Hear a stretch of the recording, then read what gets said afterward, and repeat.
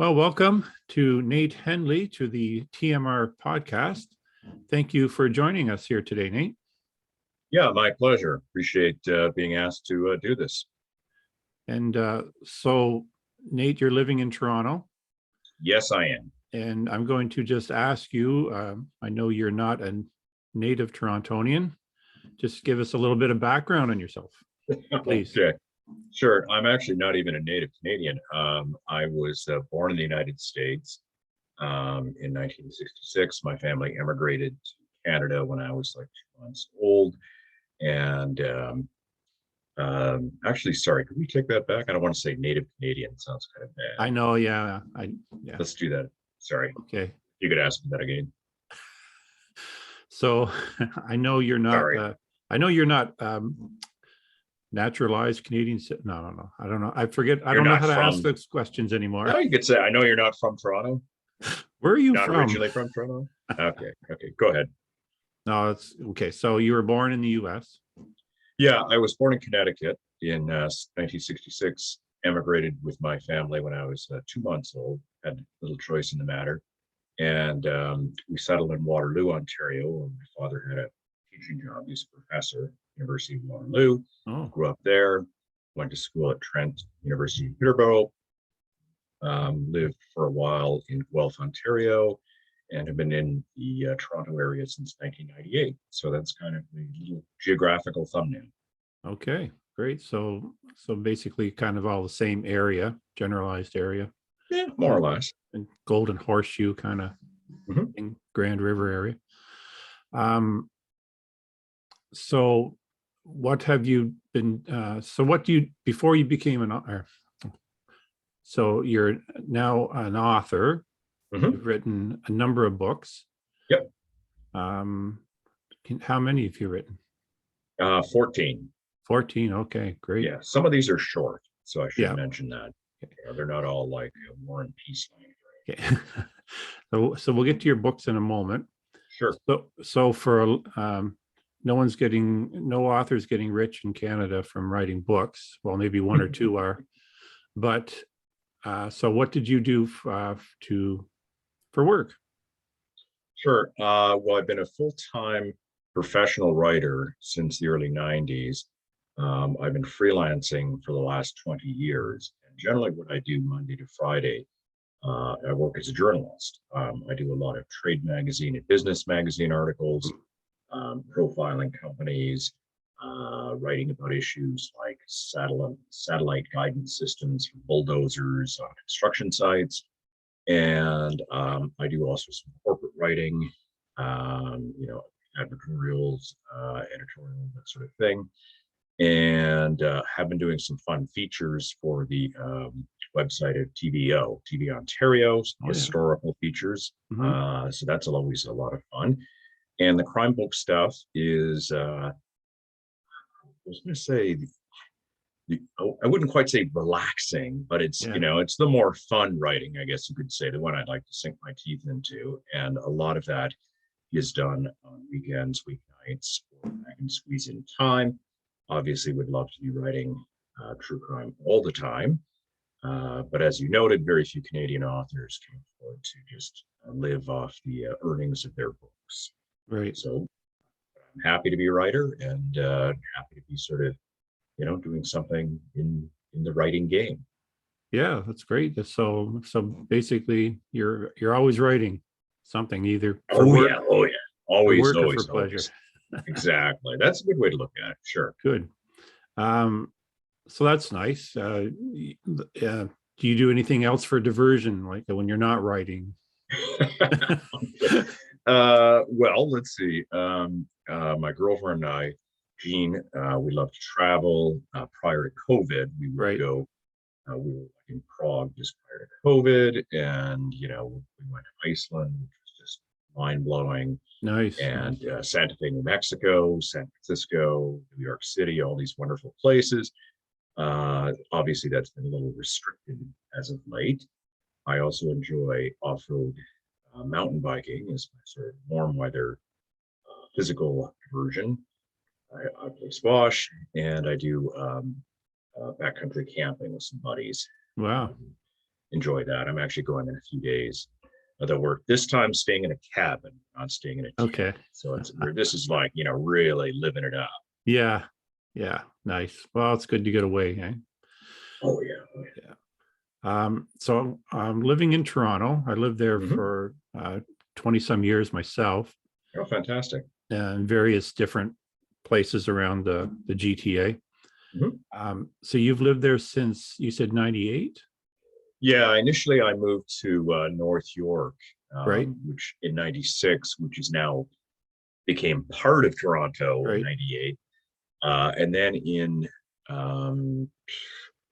I think mid 1998, I moved into the old city of Toronto itself. So I live in right now on Eglinton West near Bathurst, North Toronto, technically. Okay. And yeah, I love it. Great city. And a lot of the things that people don't like about Toronto, I like, like the anonymous nature and Mhm. people minding their own business and not being hugely friendly. It's all fine to me. Yeah. I don't know, man. Like I don't want to go to the only grocery store in town and have 3-hour conversations with all the neighbors who know me. I don't want that, man. I just Okay. Yeah. So it's a very different world here in Miramichi from Toronto, sure, sure. but it's everything that I was looking to get away from in Oh, that's Toronto. great. That's great. Yeah. So anyway, but there's things we miss about Toronto, certainly like this, especially the food, the restaurants, Oh yeah. Oh the yeah. the cultural experiences and things like that. Sure. So Sure. it's a trade-off, but you know, Yeah. Yeah. I'm surrounded by trees, wildlife, clean air, Yeah. close to the ocean. My girlfriend and I do enjoy doing that. We rent a place near Sault Marie. Yeah. That's just very isolated and water, trees, water, rocks. Yeah. It's just wonderful. Yeah. Good. Okay. So let's get to some of your books. Sure. I mentioned in my last review of your book, The Beetle Bandit, Mm-hmm. that you're one of a few true crime writers that I've read, the other being Dean Job. I think it's Job, right? Not Job. Jobb. I think it might be Job. I remember getting tripped up on this once when I interviewed him. Okay. And to be perfectly honest, I forgot. Okay. Well, our apologies to Dean. Okay. Mr. J. So, and the other one being Deborah Komar, Mhm. who I really enjoy writing. So between the three of you, I think you pretty much got Canadian true crime covered, historically and otherwise. So your two most recent books deal with crimes in Toronto, although The Beetle Bandit Right. was North York, which is near Sure. Toronto. Yeah. Now, the interesting story about The Beetle Bandit is it just kind of fell into your lap, didn't it? Yes. Yes. The Beetle Bandit was the product of prior to COVID. I used to do a lot of in-person presentations. I was doing a presentation at a library that had nothing to do with the Beetle Bandit or anything. I was approached by a guy named Paul Truster, who identified himself as a lawyer. He grew up in this neighborhood, Bathurst Manor Plaza, and he had tons of information about this weird crime that had taken place in this neighborhood. And as a true crime writer, I do get approached quite a bit by people saying they've got the story of the century kind of thing. And quite often it turns out to either not be very significant, they're kind of a kook. So I was I have to admit, a little wary, but Paul kept sending me some more information. So we got together and he told me this story about this bank robber, the Beetle Bandit, and I'd never heard this story before. And I was fascinated. And he was completely rational. We should put that out there. He also had accumulated over the years tons of information about this case because he'd sort of been obsessed with it a bit because he'd grown up as a little boy in this neighborhood. And he turned this information over to me. He had initially thought he might write a book. I thought maybe I could do a better job writing.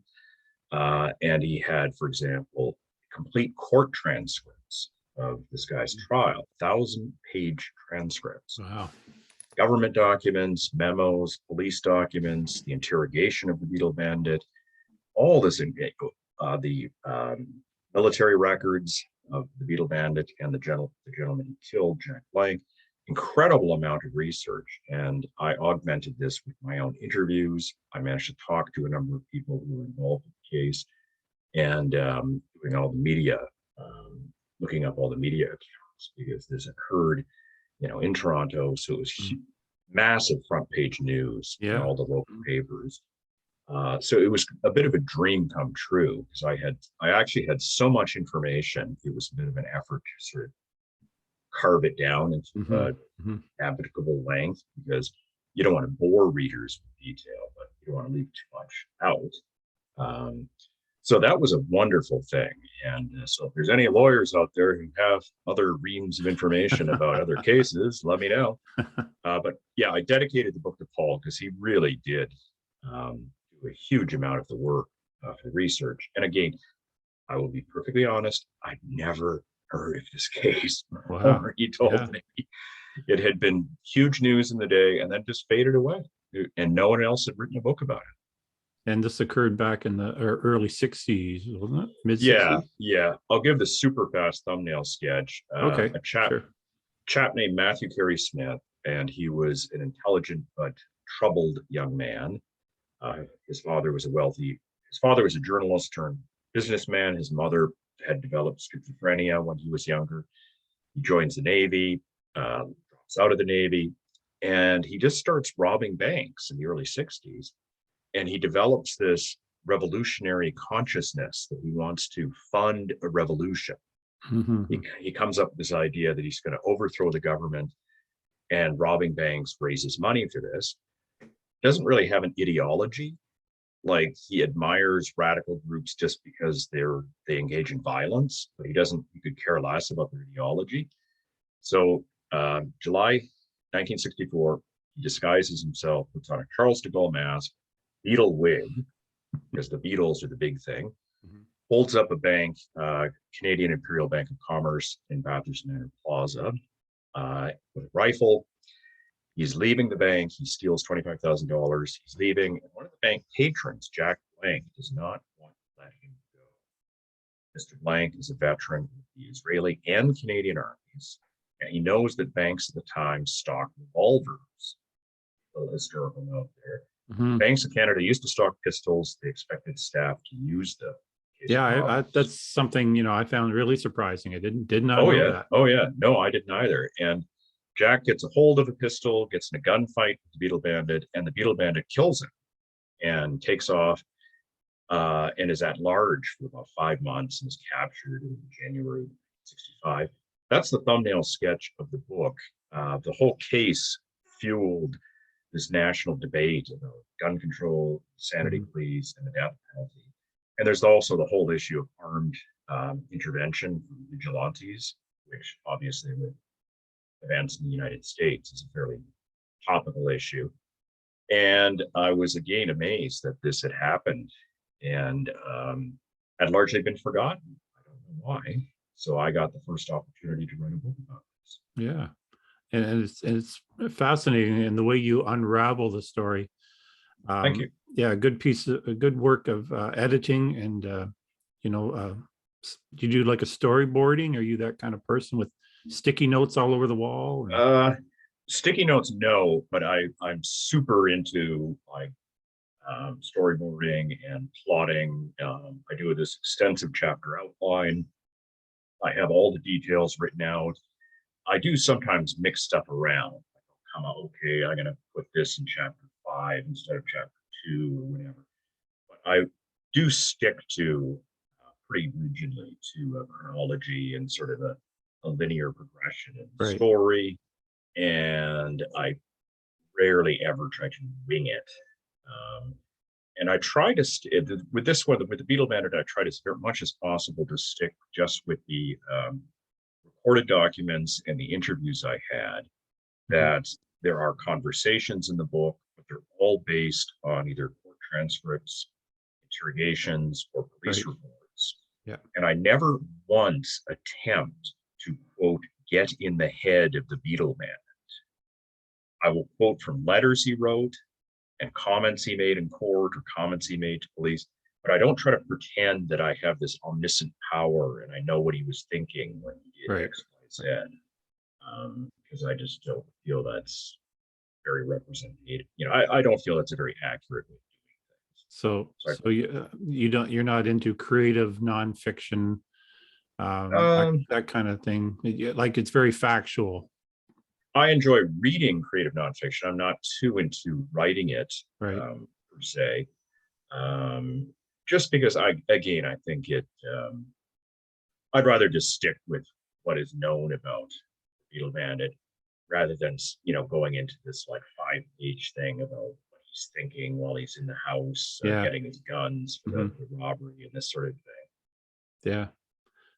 It was a really fascinating book because like you said, you had so much information, and you recreated the scenes of the robbery, and the house that he was living in at the time with his girlfriend, and just the strangeness of the people that he surrounded himself with. And Yes, um, yes. it makes you wonder, if he was alive in today's world, like if he was growing in today's world, would he be one of these type of people to just walk into a place and shoot people? Or Hmm. so it's hard. He seemed like kind of a nice guy, but yet he Mhm. was really mixed up in his head. And Yeah, you know very much so. That he perceived himself as kind of a warrior launching this revolution. mhm, And he did actually apologize for shooting Jack White. He felt bad about it, but his attitude was kind of like, I'm a soldier on a mission. You might feel bad if you're a soldier, you kill an enemy, but you right, know, this is what you have to do. yeah, Um, and apparently, towards the end of his life, he felt quite guilty that he had committed, murder, killed this guy right in the middle of the street. Kind of thing. right.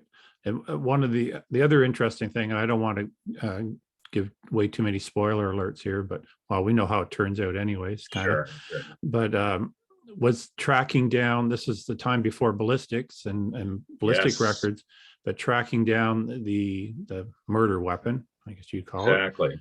Sure. was a fantastic piece of detective work for the time, because we take all these things for granted now, ballistics and guns and gun registration, but back then it was all on pieces of paper, and it wasn't tracked like it is today. That's right. That's right. Just a quick backstory. When the Beetle Bandit robbed this bank, he used a very specific rifle, a Fabrique Nationale semi-automatic military-grade rifle. And police as you mentioned, tried to track this down because they took the shell casings in the crime scene and they realized what weapon it was. Not a very common weapon for civilians. And as I mentioned in the book, and as you know, this is before digital databases, Mhm. before you could send a PDF.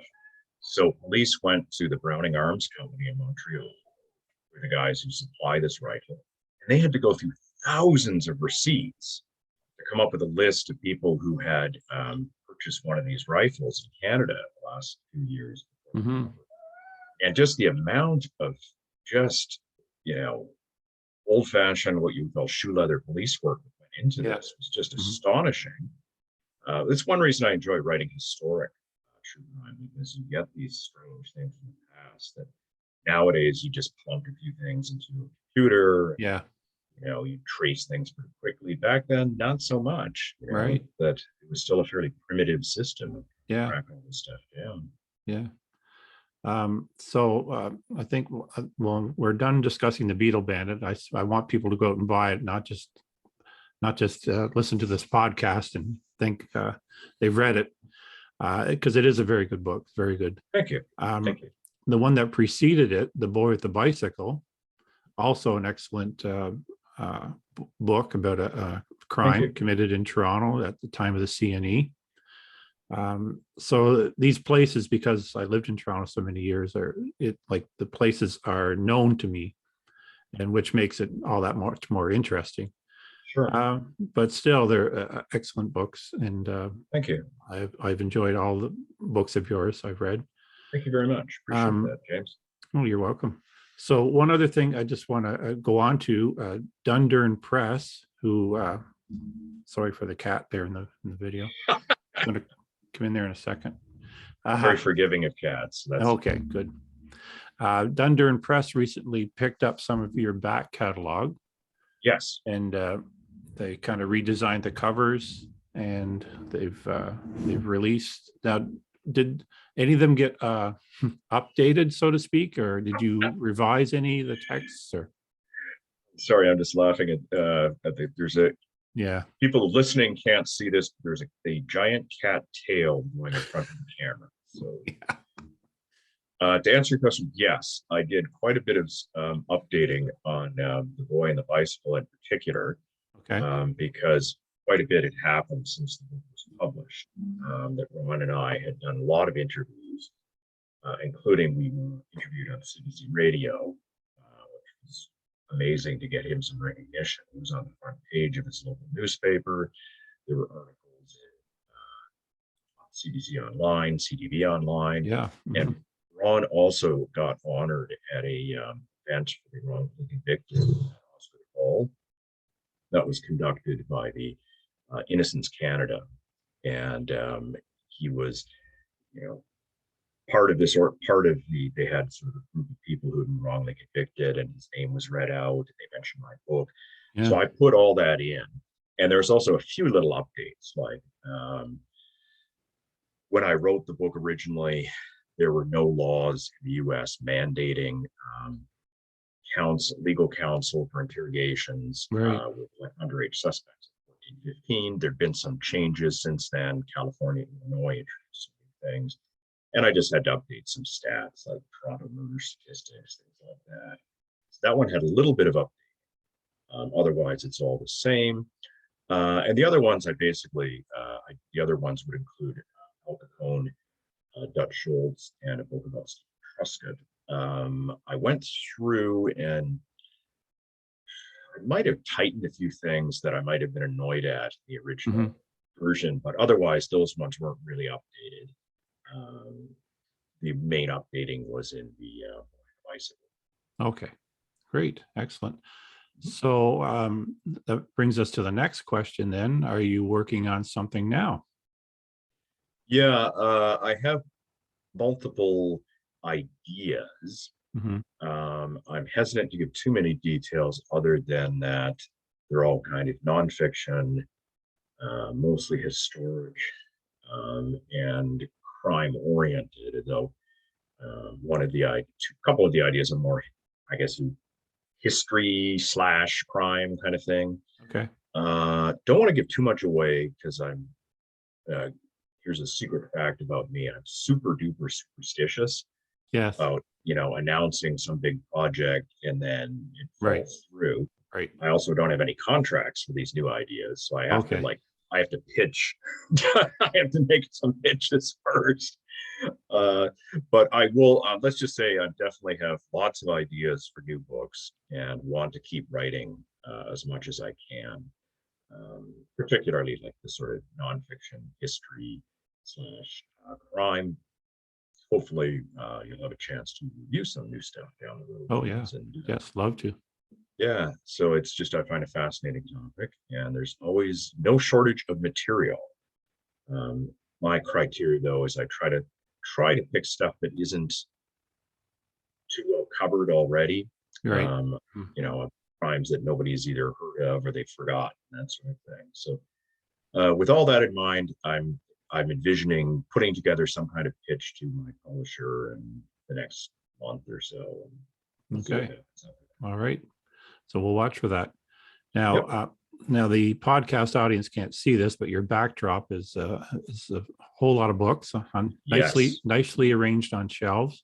Oh yes. Those are yours, I'm assuming. No. These are, well, they're mine in terms of that I own them, but I have not written all of these. No. There's about 20 books, 20, 30 books. That would be like too much for me. Yeah. But yeah, I kind of read all the time. It's another thing I do for diversion, I And now I'm kind of one title is catching my eye there. Pete Townsend, who I Oh, am, yes, yes. and I know you're into music as well. Mhm, mhm. Tell us a little bit about that. Do you play? You're used to play? Yeah, I used to play. I play guitar and mandolin, and I sing. I used to play in bands. Haven't really done that in quite a while. Last band thing I did was the in Toronto. They have this media music festival every year with different media groups put together bands. I Yeah. participated in one, and I sang Lady Madonna Oh, by Beatles. And I play mandolin, which I find very relaxed. I haven't, at one point in my life, when I was like 19, 20, 21, I was seriously thinking about pursuing a career as a musician. right. And main reason I didn't do it was I felt I wasn't a very good enough guitar player. And I just didn't have it in me to slog my guitar case around and schlep my guitar case in a Greyhound bus 200 gigs a year Yeah. in front of a different audiences. I remember thinking about this, and I don't know, man, I'm too Yeah. lazy. So I still will play on the couch, and play some stuff, Right.